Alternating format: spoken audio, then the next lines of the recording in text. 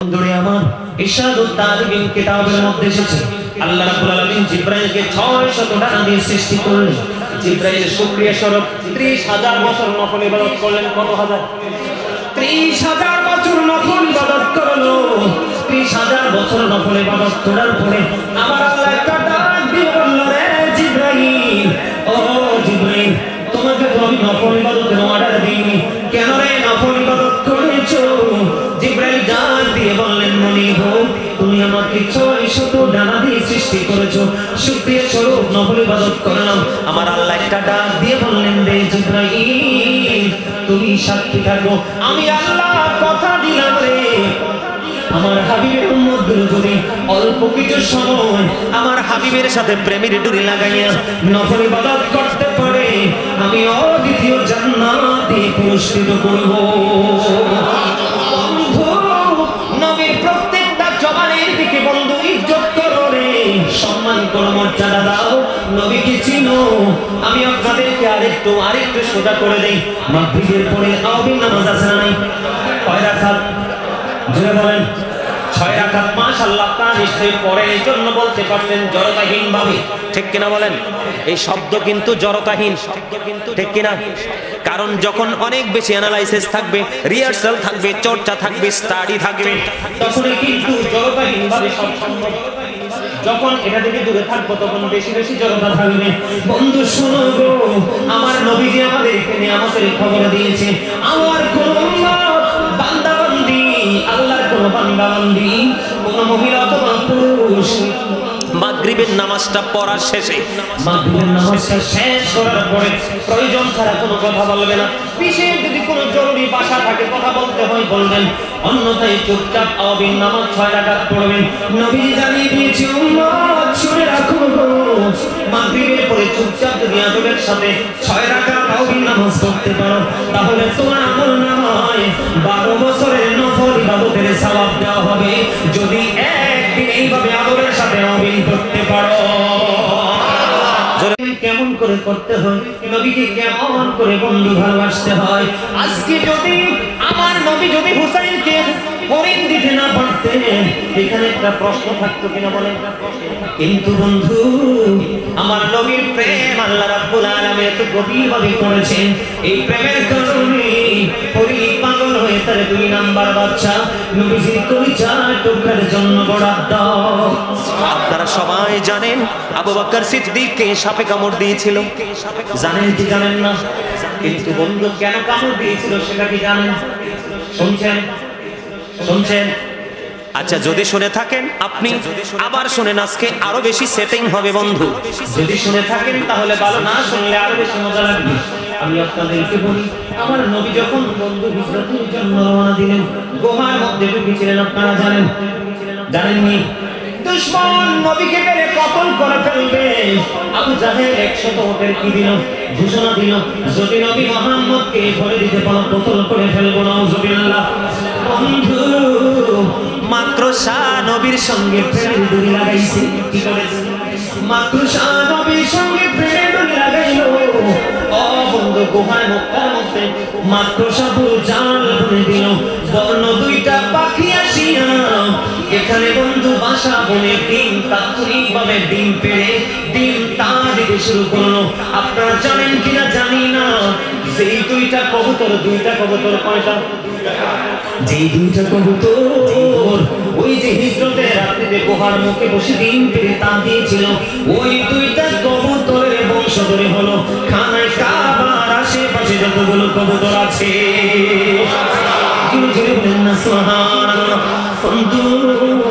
আমার নবী যখন গুহার মধ্যে প্রবেশ করলেন, বন্ধু হাঁটতে হাঁটতে আমার নবীজির পা ফসকে পড়ে গেল। আবু বকর একটা ডাক দিয়ে বলল, নবী গো, আপনি আমার কাঁধে ওঠেন গো নবী, আপনাকে আমি কাঁধে করে সওয়ারি করাবো। কাল কিয়ামতের দিন আল্লাহ যদি আমাকে একটা বার যদি প্রশ্ন করে গো নবী, রে আবু বকর, তুমি তো আমার হাবিবের সঙ্গে ছিলে, দিনের জন্য কত কষ্ট, জীবন কত বিসর্জন দিল রে, সব সুখকে কবর দিয়ে দিল। আমার তোমার হুকুমে হিজরতে রওনা দিল, তুমি আবু বকরের সঙ্গে থাকলা, আমার হাবিবকে সাহায্য করলা না, আমি আবু বকর কি জবাব দিব নবী? জোরে জোরে কন্যা সুবহানাল্লাহ। বন্ধু এটা না হবে, ধীরে ধীরে বন্ধু গুহার মধ্যে প্রবেশ করল। আবু বকরের পায়ের উপর আমার নবী মাথা মোবারক রেখে বন্ধু বিশ্রাম করতেছিলেন। এইটার মধ্যে ঢুকে দেখেন অনেকগুলো গর্ত। গর্ত যখন দেখতে পাইলেন, গর্ত দেখার পরে বন্ধু আবু বকরের গায়ের জামা ছিঁড়ে টুকরো টুকরো করে প্রত্যেকটা গর্ত ফিলাপ করে দিলেন। কিন্তু অবশিষ্ট আরো একটা গর্ত বাকি রে, গর্তটা ফিলাপ করার মতো কোনো কিছু তো ছিল না। এখন আবু বকর কি করবেন? পা দিয়ে গর্তের মুখটা ফিলাপ করে দিল। কি দিয়ে?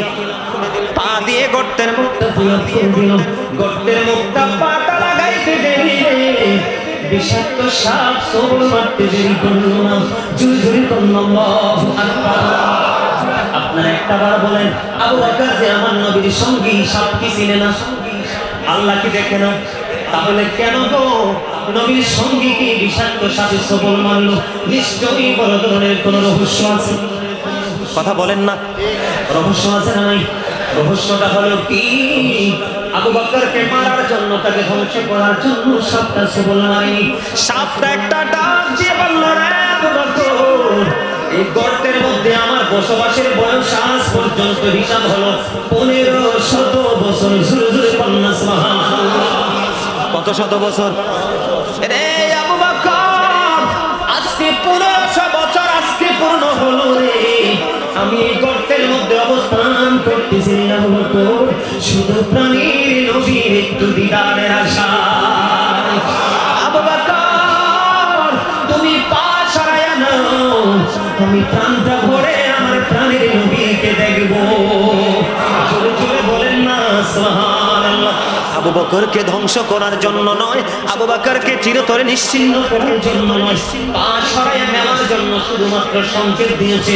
ওইটা হলো সাপে আমার প্রাণের নবীর প্রতি প্রেম। জোরে জোরে কন্যা সুবহানাল্লাহ। আরে জোরে বলুন সুবহানাল্লাহ। আমার নবীজির জুব্বা মোবারক কে পেয়েছে জানেননি? হযরতে ওয়াজকুরনি। আবু বকর ছিল, ওমর ছিল, উসমান ছিল, হযরতে আলী রাদিয়াল্লাহু তাআলা কেউ পেল না। কেন রে? আবু বকর নবীজি উহুদের ময়দানে দান্দাল শহীদ হয়ে গেল। আমার নবীজির কোন দাঁতটা শহীদ হয়েছে এটা হযরতে ওয়াজকুরনি জানতেন না। একটা একটা করে 32টা দাঁত নিজের দাঁত ফেলে দিল, অথচ একটা দাঁত নিজের ইচ্ছে করে ফেলে দেওয়া একটা কবিরা গুনাহ। কয়টা কবিরা গুনাহ? একটা কবিরা গুনাহ।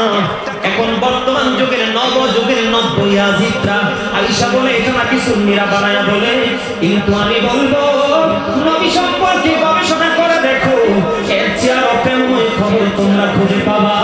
যতক্ষণ গবেষণা করতে জানতা না, ততক্ষণ নবীকেও চেনা সম্ভব নয়। ঠিক কিনা বলেন? জামাতে কত নামাজ পড়লো আবু বকর, কিন্তু নবীর খেদমত মোবারক পাইল না। এখনো পর্যন্ত আপনারা জানেন না 70 থেকে 80,000 ফেরেশতা জলস্পূর্ণভাবে হযরতে ওয়াজকুরনির বাড়িতে আসতো। সুবহানাল্লাহ। আর জোরে কন্যা সুবহানাল্লাহ। বন্ধুরে আমার, হযরতে হামজা রাদিয়াল্লাহু তাআলা এর নাম শুনছেন? বিয়ে হলো, বাসর হলো, বিয়ে হলো, বিয়ে হলো, বাসর হলো, স্বামী স্ত্রীর মিলনের পরে গোসল প্রয়োজন কিছু নয়। যখন উহুদের ময়দানে নবীজির দুঃসংবাদ শুনলেন, উন্মত্ত তরবারের নিয়ে দৌড়ে চলে গেলেন উহুদের ময়দানের দিকে। বন্ধু সঙ্গে সঙ্গে হানজালা রাদিয়াল্লাহু তাআলা স্ত্রীও চলে গেল। বন্ধু যাওয়ার আগে আগে হানজালা শহীদ হয়ে গেছে। ইন্না লিল্লাহি ওয়া ইন্না ইলাইহি রাজিউন। হানজালার স্ত্রী দৌড়ে চলে গেল। হানজালার বডিটা ছিল না পাক। হানজালা রাদিয়াল্লাহু তাআলার বডি কি না পাক ছিল, পবিত্র ছিল না। বন্ধুরি আমার, হানজালার স্ত্রীকে বলল, ইয়া রাসূলুল্লাহ, ইয়া হাবিবাল্লাহ, নবী আমার স্বামী কই? একটা ডাক দিয়ে বললেন, তুমি উপরের দিকে তাকাও। উপরের দিকে তাকালেন, এবার চাইয়া দেখি রে হানজালা রাদিয়াল্লাহু তাআলার লাশ নিয়ে, ডেড বডি জান্নাতের খাদেমেরা পৃথিবীর জমিনের দিকে চলে আসতেছে। এবার স্ত্রী চলে গেল রে। যাইয়া হানজালা রাদিয়াল্লাহু তাআলা চেহারার দিকে তাকাইলেন। তাকাইয়া দেখতেছে তাজা গোসলের পানি ফোঁটা ফোঁটা করে বন্ধু ঝরে ঝরে পড়ছে। এবার প্রশ্ন করলো, নবী গো, ও নবী 100% শিওর আমার স্বামী গোসল করেনি, কিন্তু আমার কাছে মনে হয় আমার স্বামী গোসল করা অবস্থায় কোন আছে। এবার আমার নবী একটা ডাক দিয়ে বলল, রে হানজালার স্ত্রী, তোমার নবী তোমার রাসূলের প্রেমে পড়েছে। নবীর প্রেমের কারণে আল্লাহ রাব্বুল আলামিন আল্লাহর আরশের নিচে পানি দিয়ে জান্নাতি খাদেম দিয়ে গোসল করিয়ে পৃথিবীতে পাঠিয়েছে। জোরে জোরে বলেন না সুবহানাল্লাহ। ইয়া রাসূলুল্লাহ ইয়া হাবিবাল্লাহ ইয়া রাসূলুল্লাহ ইয়া হাবিবাল্লাহ মুনকার নাকির শিয়া সওয়াল করবেন বসাইয়া নিবেন পর্দা দয়াল নবী উঠাইয়া সালাম জানাবো কদম সিয়া ইয়া রাসূলুল্লাহ মুহাম্মদ লা ইয়া রাসূলুল্লাহ ইয়া হাবিবাল্লাহ। জোরে বলুন আলহামদুলিল্লাহ। খবর ঠিক না? মজা লাগেনি? আরো জোরে বলেন লাগে। আপনারা জানেন কিনা জানি না, আবু বকর জীবন বাজিরে ইহুদি বেঈমান কাফেরের চোখ ফাঁকি দিয়ে নবীর সাথে হিজরতের রজনীতে মদিনার উদ্দেশ্যে, ঠিক কিনা বলেন? এটা এক নবীর প্রেম। হযরত ওমর নবীর প্রেমের কারণে বাবার কল্লাটা দেহ থেকে নামিয়ে দিয়েছে, এটার নাম হলো নবীর প্রেম। হযরত আলী হিজরতের রাত্রিতে জানে আমার প্রাণের নবীজি বিছানায় শুয়ে সে নিশ্চিত মৃত্যুবরণ করবে, ঠিক কিনা বলেন? মৃত্যু নিশ্চিত জানার পরেও আমার নবীজির বিছানা মোবারকে শুয়ে আমার নবীকে নিরাপদে বিদায় করে দিলেন। এটার নাম হলো বন্ধু নবীর প্রেম, ঠিক কিনা বলেন? আমরা নবীজি, আমার নবীজি এমন একজন নবী ছিলেন বন্ধু, নবীজি যখন থুতু নিক্ষেপ করতো কি করতো? নবীজি যখন থুতু নিক্ষেপ করতো, থুতু নিক্ষেপ করার পরে সাহাবায়ে কেরাম এটাকে হাতে ধরে ফেলতেন। সুবহানাল্লাহ। কি বলেন? সাহাবায়ে কেরাম এটাকে হাতে ধরে ফেলতেন। হাতে ধরিয়া তারা তাদের মুখের মধ্যে মেসেজ করে দিত। আর নবীজির চেহারা, নবীজির থুতু মুবারক তাদের স্ক্রিনের মধ্যে মেসেজ করার কারণে তাদের স্ক্রিনটা 100% সিল হয়ে যেত। জোরে জোরে বলুন সুবহানাল্লাহ। আরেকটু মহব্বতে বলুন সুবহানাল্লাহ। বন্ধু, নবীর আরেকজন প্রেমিক সাহাবী ছিলেন হযরত তালহা রাদিয়াল্লাহু তাআলা আনহু। নবীজির দিকে যখন বেঈমান কাফেরেরা, দুশমনেরা যখন বৃষ্টির মতো তীর নিক্ষেপ করতেছেন, কি করতেছেন? বৃষ্টির মতো তীর ছুটতেছে। এমন ভাবে আমার প্রাণের নবীকে জড়িয়ে ধরলেন, নবীকে জড়িয়ে ধরলেন। এক এক করে 70টা তীর এসে হযরত তালহা রাদিয়াল্লাহু তাআলার শরীরের মধ্যে বন্ধু বিঁধল। নবীর সামনে 70টা তীরের আঘাত নিয়ে নবীর সামনে হাসতে হাসতে জীবন দিয়ে দিল। এতটুকু আফসোস পর্যন্ত করে নাই। এটার নাম হলো নবীর প্রেম, ঠিক কিনা বলেন? আর জোরে। এখন বলে হুজুর আমরা কেমন করে নবীর প্রেম করব? আমাদের প্রেমটা হবে ভিন্ন ভাবে। এই জুমার দিন, আজকে কোন দিন গেল? গতকালকে জুমার দিন। আমাদের প্রেম হবে বন্ধু জুমার দিনে বেশি বেশি করে নবীর প্রেমে দরুদ পড়ব। কি করব? বলে হুজুর লাভটা হবে কি?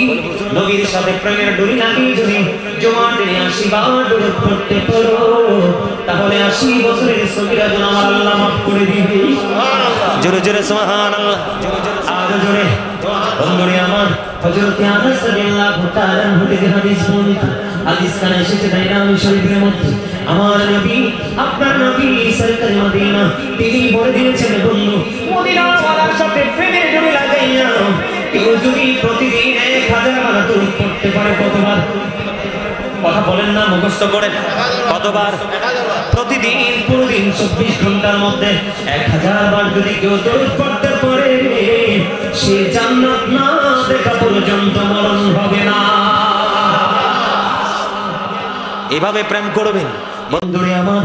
ইরশাদুত তালিবিন কিতাবের মধ্যে এসেছে আল্লাহ রাব্বুল আলামিন জিবরাইলকে 600 ডানা দিয়ে সৃষ্টি করলেন। জিবরাইল শুকরিয়া স্বরূপ 30,000 বছর নফল ইবাদত করলেন। কত হাজার? 30,000 বছর নফল ইবাদত করলো। 30,000 বছর নফল ইবাদত করার পরে আমার আল্লাহ একটা ডাক দিয়ে বলল, রে জিবরাইল, নফল ইবাদতের অর্ডার দিইনি, কেন রে নফল ইবাদত করেছো? জিবরাইল ডাক দিয়ে বললেন, মনিব তুমি আমাকে 600 ডানা দিয়ে সৃষ্টি করেছো, শুকরিয়া স্বরূপ নফল ইবাদত করলাম।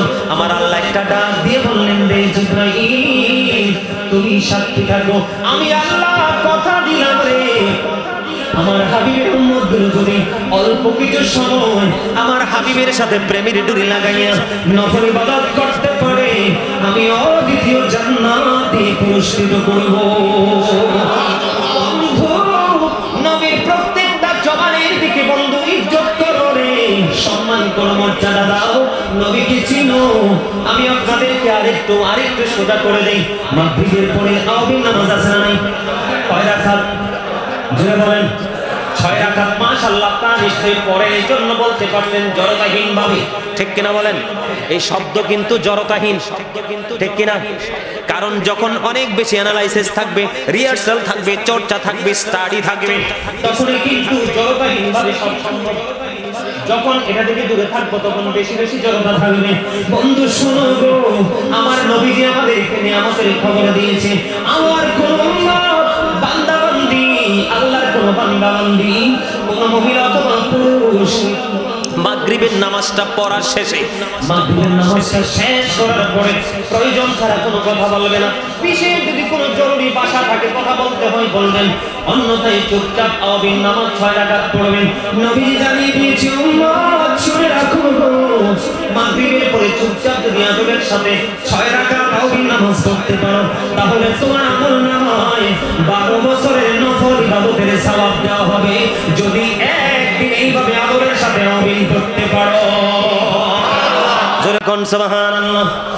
এরে হাজারি মানুষ, ও বন্ধু দলুই, ও বন্ধু দলুই সোনাই কুল টেকের দোকান সংলগ্ন হাজারের মানুষ।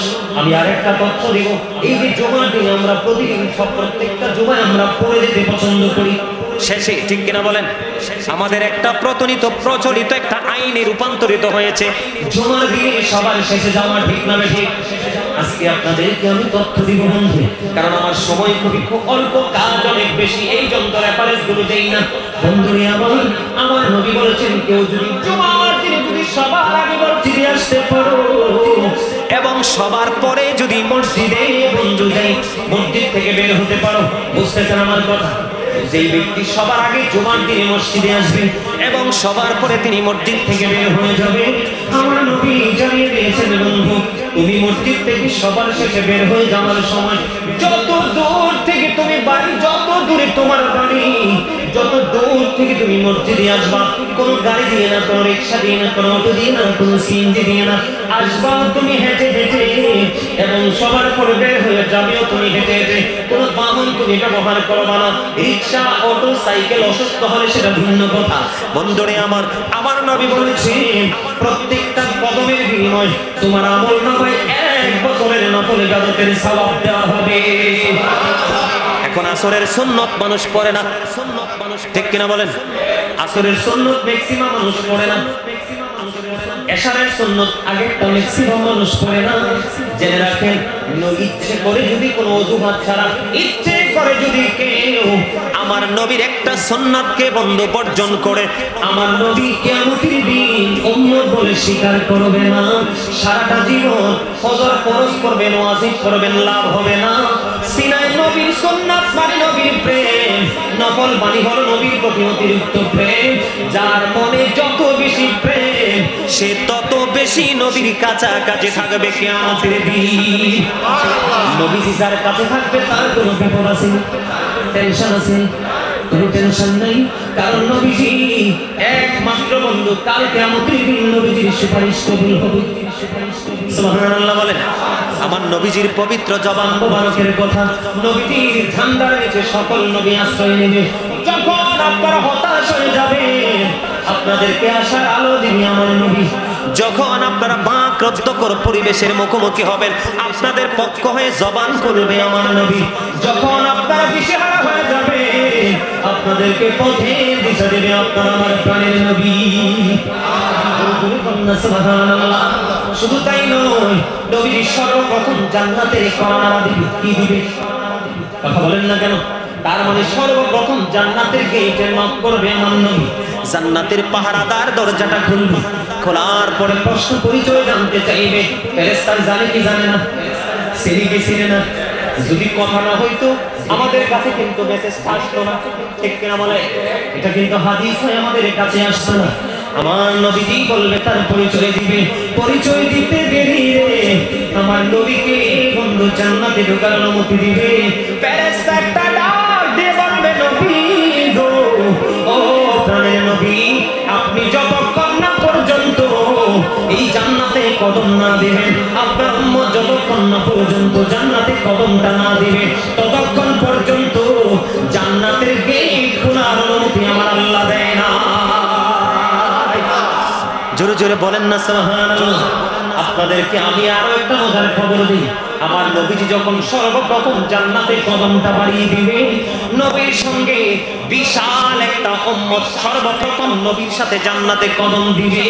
এই বিশাল দল হবে পৃথিবীর সকল গরীব উম্মত।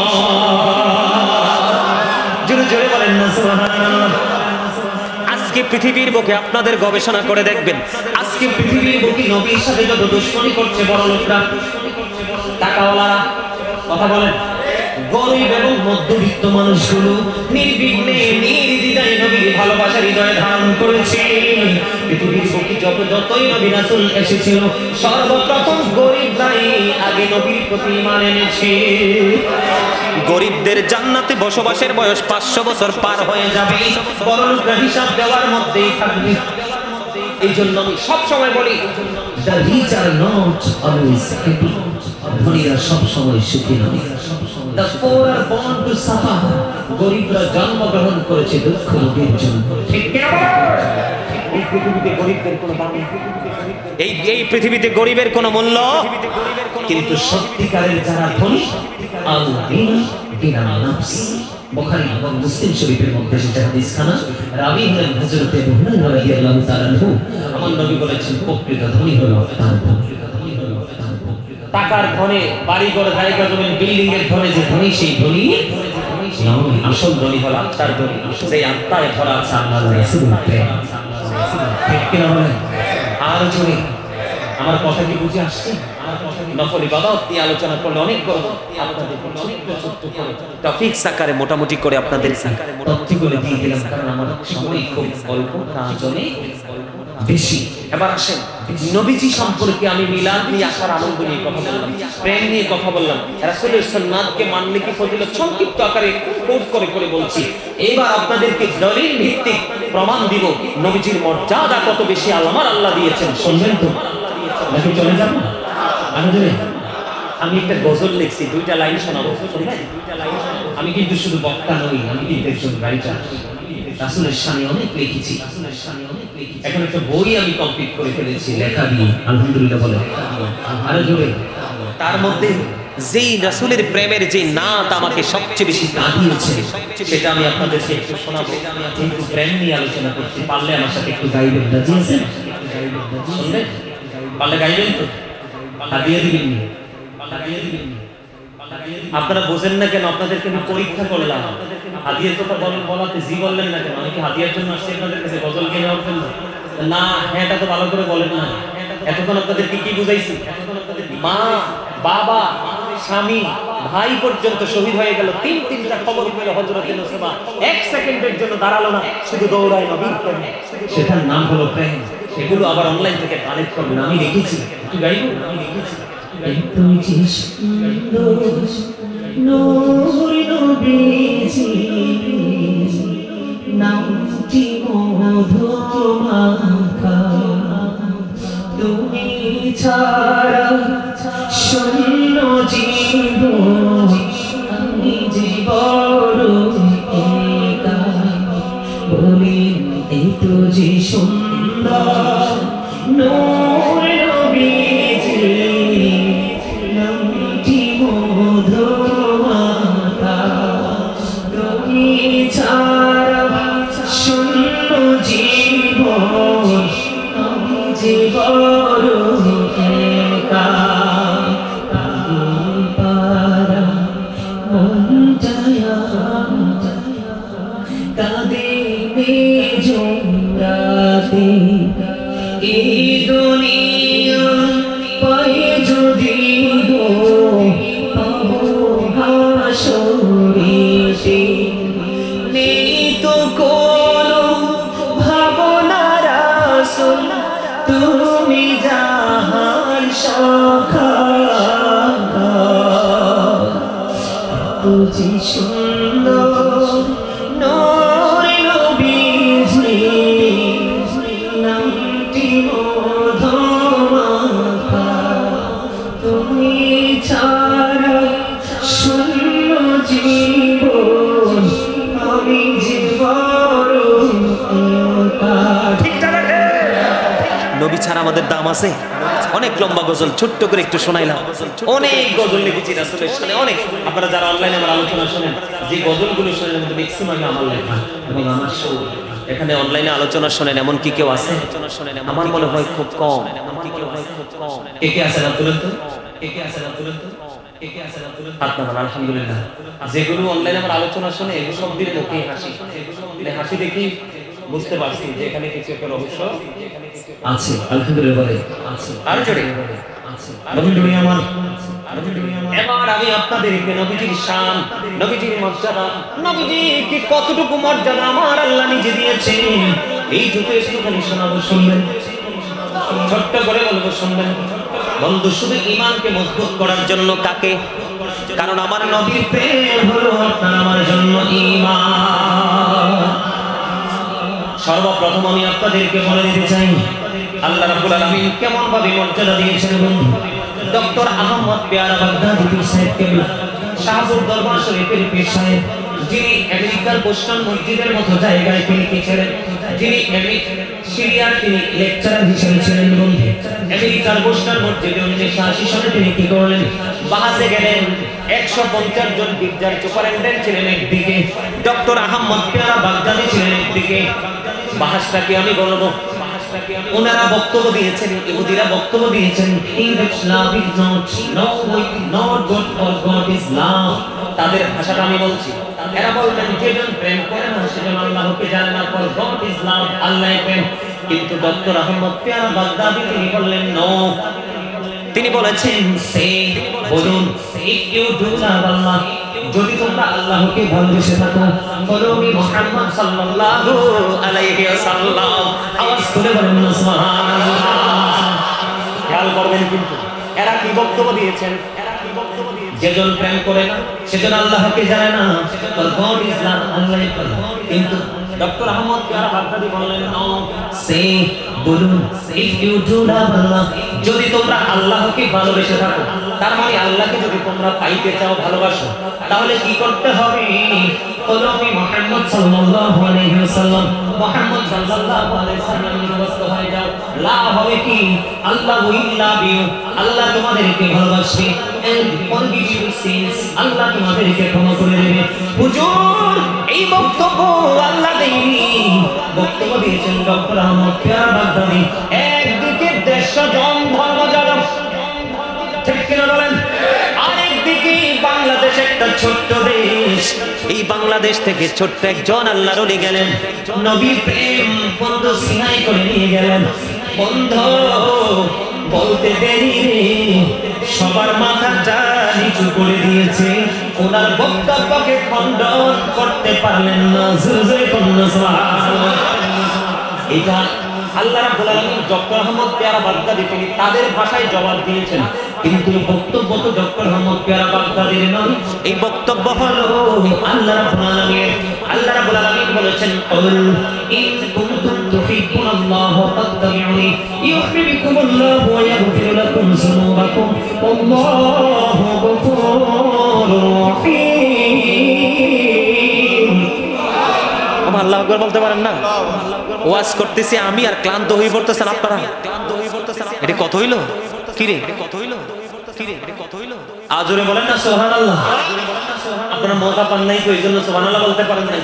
মজাটা আমি আপনাদেরকে মজার জায়গায় নিয়ে আসছি। এরা কি বলছে?